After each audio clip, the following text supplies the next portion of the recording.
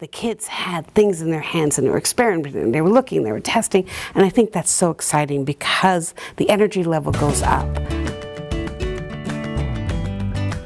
I feel like once that I told them they got to make something, they took it like really seriously. Everybody's engaged, everybody's doing things. I think it gives them a little bit of ownership of I made this and I did this, and they were just really, really proud.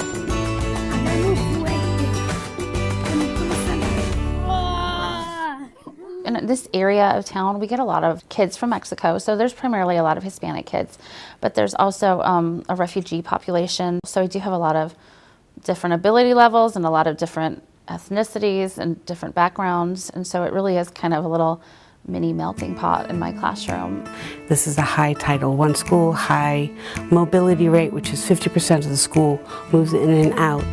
We have kids who are homeless, we have kids who are living with their grandparents, who are living in foster homes, many different situations. I believe, one, that this has to be a safe area. They have to learn because education is the way out of poverty, generational poverty and situational poverty. And so I believe they can do it, I know they can do it, and I push them to do it. What is that?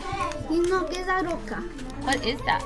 Limestone. Limestone, good job. Even though I feel like, oh my gosh, they're not going to understand this, but once we go through the steps and with the process, they always surprise me. Every single time I've done an EIE kit, they have always surprised me with what they can do.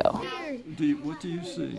I see some lines here. I do feel like a lot of students come into school, elementary school in particular, not even knowing what an engineer is, or they might have some misconceptions about what an engineer is or what an engineer does. And EIE gives them so many different examples of different kinds of engineering, and just teaching them that engineers are problem solvers, and using that language with them makes them feel good about I'm a problem solver.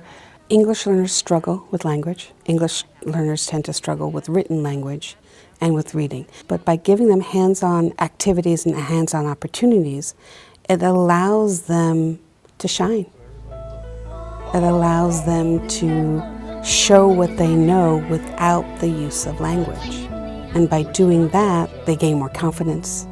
They're willing to take more risks the more successful that they are. Remember, igneous is like a... The benefit of EIE is that it allows students at different academic levels to have their own connections, to take out what they put into it and grow and learn at their own pace. Did you improve from yesterday? Yeah. Good job, you guys. Did you improve? Good job. So I think that if you teach them to be creative and to be a problem solver and to be a thinker, they have great opportunities in their life to be an engineer or anything else they want to be. Yeah, well, they can't dream of being something that they don't know exists. I started saying, instead of, what do you want to be when you grow up? We started saying, well, what problems do you want to solve when you grow up? And I think it elicits so much more of a kind of response, because like little kids will say things like, I want to be a superhero, or I want to be a princess, or whatever. But when you start saying, well, what problems do you want to solve?